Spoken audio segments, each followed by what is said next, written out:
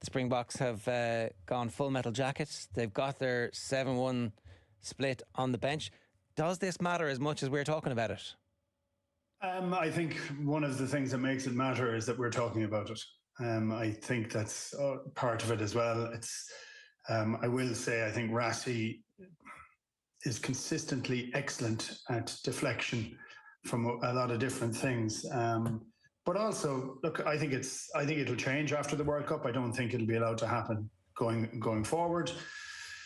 But it's within the law, and I think he's playing to his strengths. I mean, I think the idea of coming up with something novel is something he has consistently done for the last period of time. It was funny, I was talking to a group of South Africans a couple of weeks ago, and I just said he's never done anything novel. He's very boring. He doesn't think outside the box. And of course, they all reacted badly because they didn't understand sarcasm, which was quite entertaining. But everything that is done pushes whatever he can push.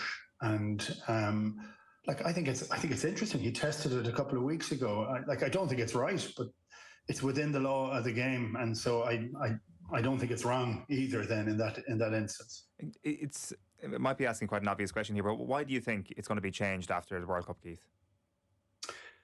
I don't know that it's necessarily fair. I think it works to the advantage of teams that have huge forwards, and they tend to be not the only team in the world, but they're the one that rely almost exclusively on that sense of having giants of men. And if we go back to the original premise, and it was interesting listening to your conversation about amateurism in terms of coaching in GAA, but if you go back to the original view of the game, it's a game for all people and sizes.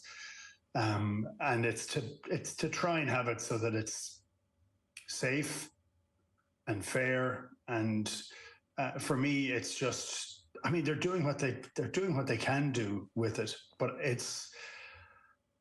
look, we've gone over this time and time again. You know, it's a game that if you can get a really good 15 on the field, you're doing really well. You can bring this down to club teams. You can bring it down to everywhere. I think they may bring the number of subs down after the World Cup, and I think it'll look for a balance that fits it slightly differently than this at the moment. It was a kind of frightening sight to see 7 forwards changing